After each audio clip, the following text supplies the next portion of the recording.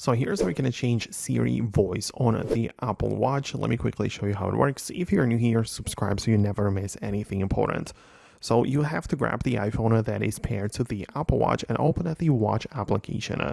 This is where all of the settings are going to be tweaked. So just go through it and you can literally find the Siri right there. So tap on Siri and you'll be able to see some settings for it, like to listen for it or using the digital crown or do whatever. But when it comes to the voice, it is adopted from the Siri on your iPhone. So that is set up not in the Watch app, but in the general settings app where you as well can go to the Apple Intelligence and Siri or Siri only. And there you get to pick the voice.